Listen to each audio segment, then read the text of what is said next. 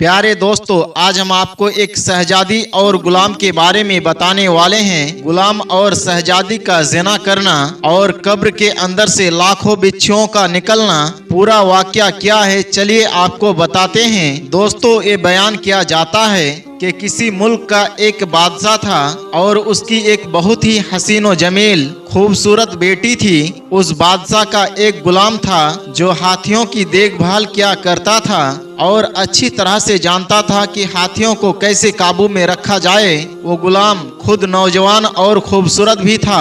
उसने एक बार बादशाह की बेटी को देख लिया जब वो हाथी पर सवार होकर सैर करने के लिए निकली थी। जब गुलाम ने उस शहजादी को पहली बार देखा तो उस पर फिदा हो गया।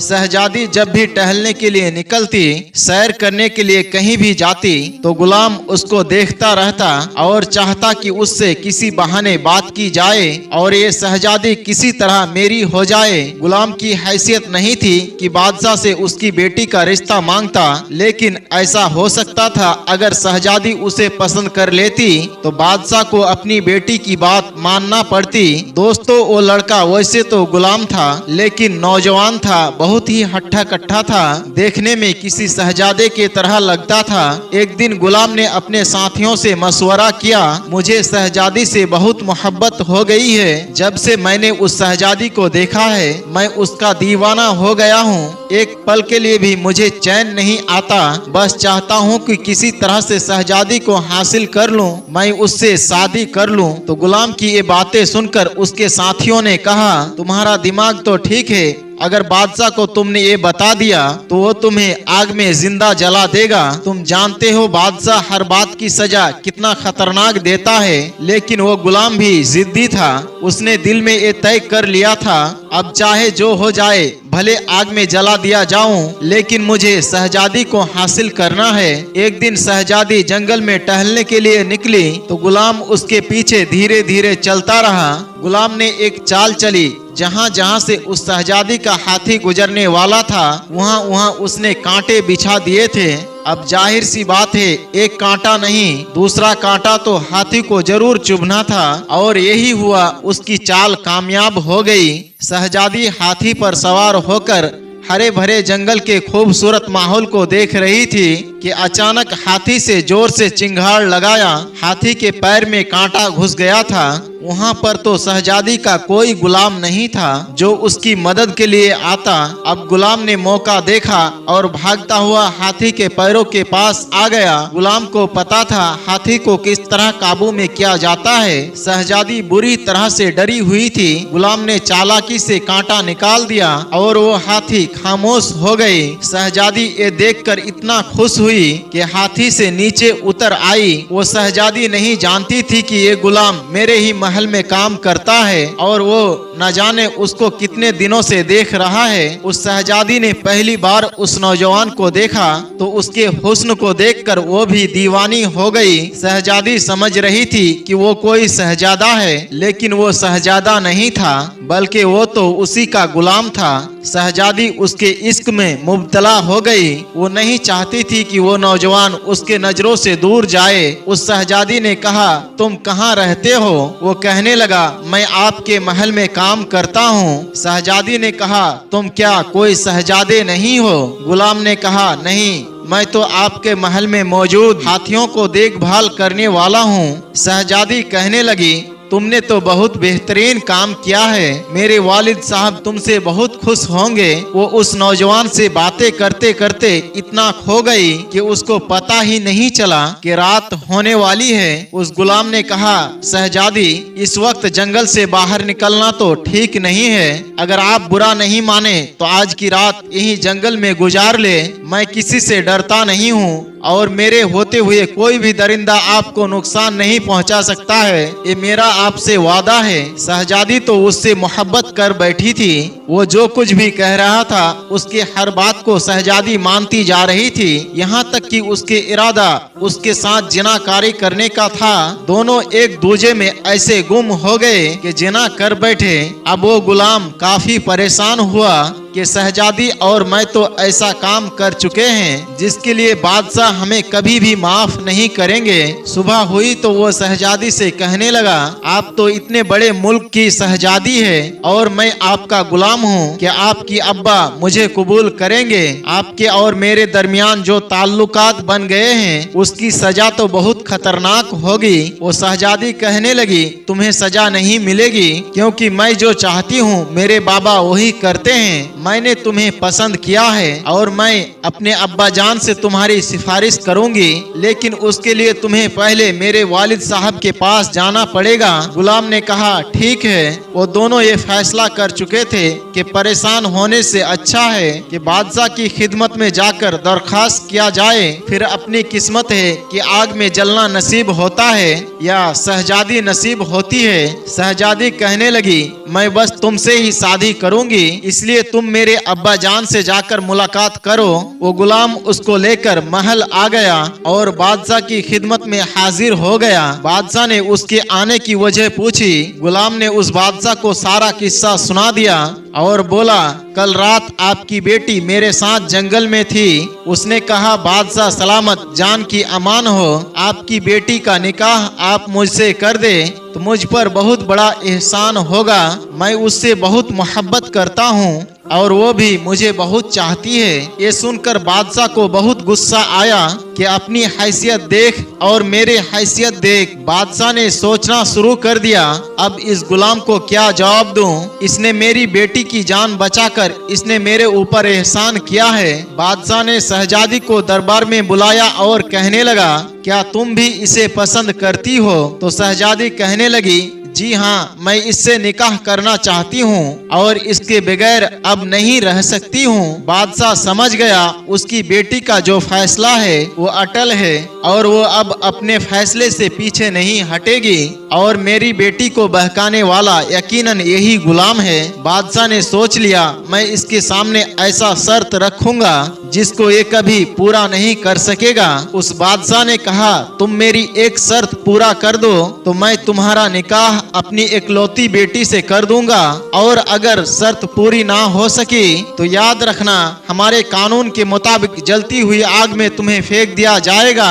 अब फैसला तुम्हारे हाथ में है कि तुम्हें क्या करना है। फिर बादशाह ने उसे अपनी शर्त बताना शुरू की कि तुम कहीं से भी बिच्छों की 2 बोरियां भर कर लाओ, मैं तुम्हारी शादी अपनी बेटी से करवा दूंगा, वरना आग में जलने के लिए तैयार हो जाना। बादशाह ने ये शर्त इसलिए रखी थी, बादशाह जानता था कि वो इतने ज्यादा बिच्छू नहीं ला पाएगा। बादशाह कहने लगा, जाओ और शर्त को पूरा करो। वो नौजवान परेशानी के आलम में अपने घर आया।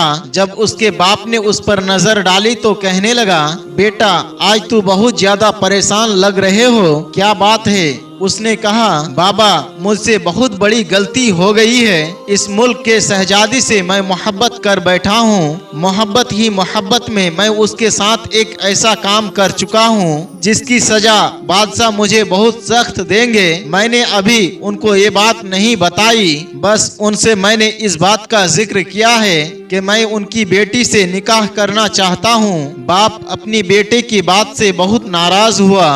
उसने कहा, मेरे बेटे, मेरे तरबियत तो ऐसी नहीं थी कि तुम शहजादी के इश्क में गिरफ्तार होकर के ज़िनाकारी करो। भला तुमने ऐसा क्यों किया? ये हमारी शरीयत में हराम है। तुमने वो हराम कारी का काम किया है। उसने कहा, लेकिन बाबा अब मैं क्या करूं? मैं शादी तो उसी शहजादी से करना चाहता हूं ताकि उनकी कोई बदनामी ना हो। लोगों को पता चलेगा तो उनकी बहुत बदनामी होगी। आप मुझे बताइए कि मैं इतने बिच्छू कहां से जमा करूंगा? क्या आप मुझे कोई ऐसी जगह बता सकते हैं? बाप ने कहा, अभी तो तुम काम पर जाओ, शाम को मुझसे मिलना तो मैं तुम्हें बिच्छुओं को पकड़ने का तरीका बताऊंगा।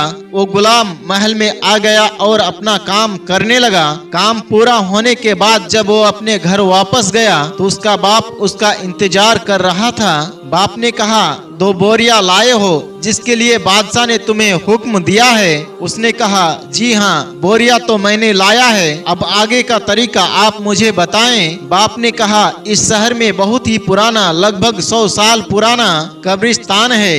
उस कब्रिस्तान में एक कब्र है। बाप ने कब्र की जगह बताई और कहा उस कब्र पर जाना और कब्र से सारी मिट्टी हटाना, फिर एक ईंट हटाकर बोरी का मुंह सुराग पर रख देना। जब वो बोरी भर जाए तो बोरी का मुंह मजबूती से बांध देना और दूसरी बोरी भर लेना, फिर कब्र को अच्छी तरह से बंद कर देना। अगले दिन उस बेटे ने बाप की बात पर अमल किया, उस कब्रिस्तान में पहुंच गया। वहां जाकर उसको बहुत ही ज्यादा डर लग रहा था। जिस कब्र के बारे में उसे बताया गया था उस कब्र के पास पहुंचा। उसने वैसा ही किया जैसे उसके वालिद ने बताया था। उसने एक ईंट हटाई, वहां बोरी का मुंह रख दिया। उसे ऐसा लग रहा था जैसे अंदर बेशुमार बिच्छू है जो बोरी के अंदर आते जा रहे हैं, यहाँ तक कि वो बोरी भर गई। उसने फौरन उसका मुंह रस्सी से बांध दिया, फिर दूसरी बोरी ली और उसका मुंह कब्र पर लगा दिया। वो बोरी भी बिच्छुओं से भर गई। उसे यकीन नहीं आ रहा था कि इस पूरे शहर में भी इतने ज्यादा बिच्छू होंगे, लेकिन इस कब्र में बिच्छू ही बिच्छू है। आखिर कब्र वाले ने ऐसा कौन सा काम किया था जिसकी वजह से उसे ये अजाब मिल रहा है और उसकी कब्र बिच्छुओं से भरी हुई है। बहरहाल जब 2 बोरियां भरकर वो बादशाह के सामने हाजिर हुआ तो बादशाह बहुत हैरान हुआ, परेशान हुआ और कहने लगा तुम ये दोनों बोरियां कहां से भरकर लाए हो? उसने बता दिया एक ऐसा कब्रिस्तान जो इस शहर में मौजूद है, उसमें एक कब्र है। उस कब्र के बारे में मुझे मेरे बाबा ने बताया है। बादशाह ने कहा फौरन अपने बाबा को बुला कर लाओ, मैं जानना चाहता हूँ जिस कब्र की निशानदेही उसने की है आखिर उसमें बिच्छू क्यों मौजूद है, और ये बात तुम्हें भी पता होनी चाहिए। ऐसा लग रहा था कि बादशाह को ये बात पहले से मालूम हो, लेकिन वो उसके बाप के मुंह से उस तक ये बात पहुंचाना चाहता था। उस लड़के ने अपने बाबा को बुलाया। शहजादी भी वहाँ पर मौजूद थी और सारे दरबारी भी वहाँ पर मौजूद थे। बादशाह ने कहा आप इसके वालिद हैं, आप जानते हैं उस कब्र में बिच्छू क्यों मौजूद है? तो कहने लगे जी हाँ मैं जानता हूँ, तभी तो मैंने अपने बेटे को वहाँ भेजा था। बादशाह कहने लगा तो क्या आप मेरे शर्त को पूरा करना चाहते थे या अपने बेटे को दिखाना चाहते थे कि इसने जो गुनाह कबीरा मेरी बेटी के साथ किया है उसकी सजा क्या हो सकती है? बाप ने कहा यही समझ लीजिए, यानी मैं अपने बेटे को ये बात दिखाना चाहता था। बादशाह ने कहा बताओ, तमाम दरबारी को ये बात बताओ, अपने बेटे को और साथ ही साथ मेरी बेटी को भी बताओ। तो उस बूढ़े शख्स ने यानी गुलाम के बाप ने बताना शुरू किया, बेटा तुम जिस कब्र से बिच्छू भरकर लाए हो, जहाँ पर बिच्छुओं की इतनी तादाद मौजूद है कि 2 बोरियां तुमने भर ली, यकीन करो अगर तुम 100 बोरियां भी लेकर जाते तो भी सारी भर जाती, क्योंकि कब्र वाले ने गुनाह कबीरा की है, क्योंकि कब्र वाले ने गुनाह कबीरा किया था। बेटे ने कहा अब्बा जान उसने कौन सा गुनाह कबीरा किया? बाप ने कहा जिनाकारी। एक बार नहीं बल्कि हर रात जिनाकारी करता था। वो ताइफों के पास जाया करता था। इसी वजह से जब उसकी मौत हुई तो उस वक्त भी वो जिनाकारी कर रहा था।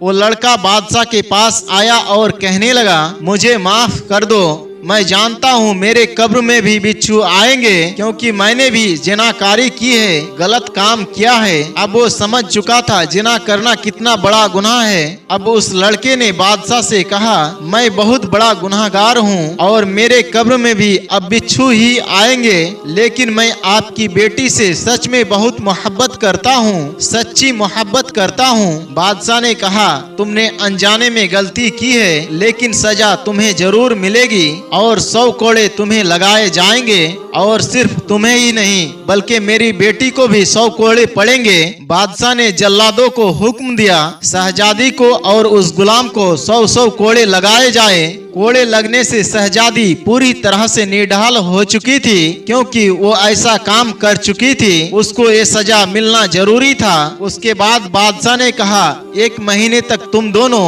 अल्लाह की बारगाह में तौबा और इस्तगफार करो, जितना गिड़गिड़ा कर माफिया मांग सकते हो अल्लाह ताला से माफी मांगो। अगर तुम्हारी मोहब्बत सच्ची है तो तुम दोनों जरूर मिलोगे। फिर बादशाह ने खुशी खुशी अपनी बेटी का निकाह उस गुलाम के साथ करा दिया। तो दोस्तों, देखा आपने किस तरह से जिना करने वाले का कब्र बिच्छुओं से भरी हुई थी। उस लड़के ने कब्र से 2 बोरी बिच्छू भरे, लेकिन अगर और भी बोरियां लेकर जाता वो भी सारी भर जाती। उस जानी का कब्र में क्या होता होगा, आप खुद इसको समझ सकते हैं। अल्लाह रब्बुल इज्जत की बारगाह में दुआ है, मेरा करीम कौम मुस्लिम नौजवान लड़का लड़कियों को जिनाकारी से, हराम कारी से, नाजायज ताल्लुकात कायम करने से बचने की तौफीक अता करे और अल्लाह तमाम गुनाह कबीरा के लिए हमारे दिलों में नफरत पैदा करे। अल्लाह हमारे नस्लों को भी अपना हिफ्ज़ो अमान अता करे। आज की कहानी में बस इतना ही। आपसे गुजारिश है, इस वीडियो को तमाम नौजवान दोस्तों के साथ जरूर शेयर करें ताकि उन्हें भी इस बात का एहसास हो। नफ्स की लज्जतों के चक्कर में, दोस्ती यारी के चक्कर में वो अपने आप को किस तरह तबाही व बर्बादी के तरफ ले जा रहे हैं। अल्लाह हम सब की हिफाजत फरमाए। आमीन या रब्बल आलमीन।